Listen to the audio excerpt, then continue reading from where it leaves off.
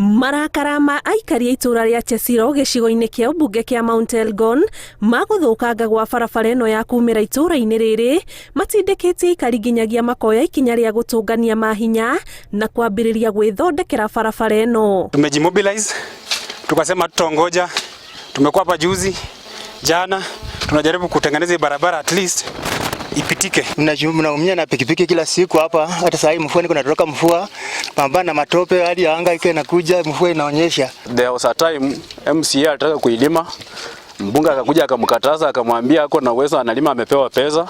Akakuja mwenyewe akailaunch Kang'anga market, akisema in the next 2 weeks barabara itakuwa imelimwa.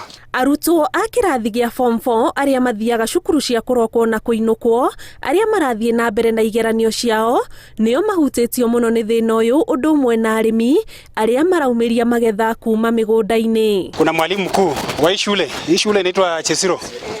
So in Chesiro primary kuna Chesiro secondary. Mwalimu mkuu alianguka pale mbele, aliteleza pale mbele kwa sababu ya barabara mbaya, akavunjika. Hata hadi saizi ana recuperate.